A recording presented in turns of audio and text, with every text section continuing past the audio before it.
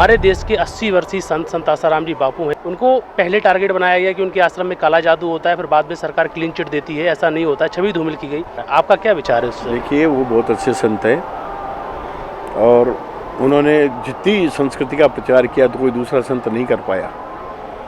850 आश्रमों का स्थापना करना विश्व के अंदर, ये एक उनकी अलौकिक छवि का परिचय है। इसके साथ साथ जो उन्होंने संसार को देने का प्रयास किया, लेकिन हर सिक्के के दो पहलू होते हैं। अपने हाथ में पॉजिटिव और नेगेटिव दोनों विद्यमान है। इधर से लाइट फेंक देती है तो इधर से पकड़ लेती है। ऐसे ही हर आदमी के दो पहलू होते हैं। जो लोग परछाई को, हर आदमी कितना ही गोरा हो लेकिन उसकी परछाई काली होती है, कितना ही सुंदर हो लेकिन परछाई तो वही काली की काली। इसलिए आदमी परछाई को पकड़ करके और वो उस पर दांव मारने का प्रयास, उसको डाउन करने का प्रयास करता है, लेकिन सत्यता कभी छुपती नहीं है लाला। और जो सत्य है वो तो प्रखर होकर के आज प्रज्ञा जी की तरफ से मानो या आशाराम जी बापू जी की तरफ से मानो, जो भी है वो प्रकट होकर के सामने आ रहा है और स्वीकार करना पड़ेगा एक दिन उनको। हाँ, ये हो सकता है, सत्य को विलम्ब हो सकता है, लेकिन सत्य कभी छुपता नहीं है। सत्य सत्य होता है।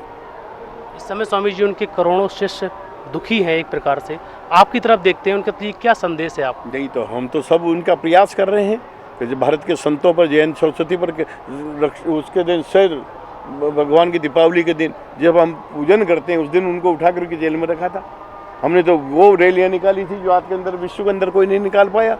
इतनी बड़े इंटरनेट पे हम लोगों ने साधु समाज की कोटा से विश्व अपने अखिल भारतीय संत समिति आड़ूती मंडल का, उस समय मैं अध्यक्ष था पूरे 4 जिलों का। उस समय पूरे साधु समाज को लेकर के हमने जो वो किया था, पूरा इंटरनेट पे आया था।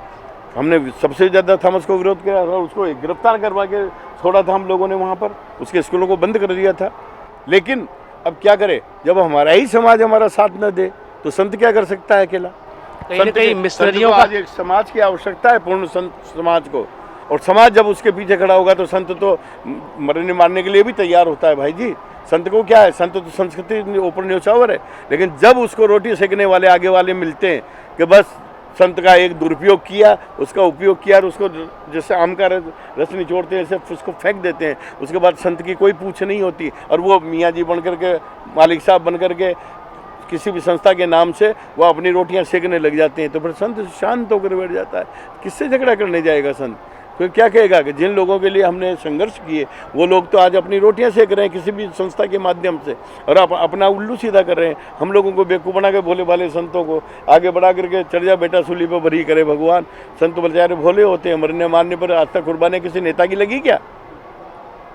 जितने भी केस हुए, आप तो चैनल से हैं इसलिए आप तो अच्छी तरह से जानते हैं। लालू के ऊपर चारा घोटाला का आरोप लगाया गया, क्लीन चिट ने भी घोटाले हुए या चोटाले हुए, चोटे हुई या घोटे हुए, ये सब जो है परिणाम किसी न किसी कारण का है। क्योंकि इनमें से ये तो घोषणा करते हैं नेता लोग, तो हम इतनी तारीख को फला जगह से प्रवेश करेंगे, इस गाड़ी में से उतारे उस गाड़ी में बिठाए लेंगे। बेचारा संत जो है, कोई ऊबर से, कोई खाबर से, कोई जंगल से, कोई अंगल से, कोई मंगल से, कोई रास्ते से, कोई गैर रास्ते से प्रवेश कर रहा है। उनके पड़ रही हैं मारे गोले, तो उनने झेली हैं। किसी नेता को एक आध लगी हो तो बता दो।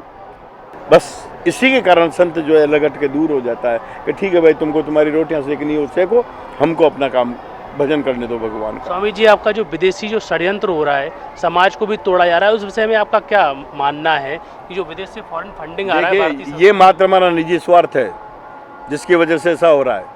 अगर हम सब एकजुट हों तो किसी की माँ ने दूध नहीं पिलाया कोई जो हमारी भारतीय संस्कृति को तोड़ सके। आई समझ में? लेकिन सनातन परंपरा विराट रही है, आदि से है, अनादि से। उसको वेद नेति नेति कह करके पुकारता है। नीति का मतलब होता है नैति, ना उसका आदि है, ना मध्य है, ना अंत है, और उसको कोई नहीं रोक सकता। लेकिन हमारा षड्यंत्र, मैं ये हूँ, मैं वो हूँ, वो ये है, वो ये है, हम अपने अपने जो खेमे बना करके बैठे हैं ना, इसी का परिणाम आज हमारी संस्कृति पर कुठाराघात हो रहा है। जैसे किसी की मजाल है जो हमारी भारत इस पवित्र संस्कृति को कोई रोक सके, टोक सके?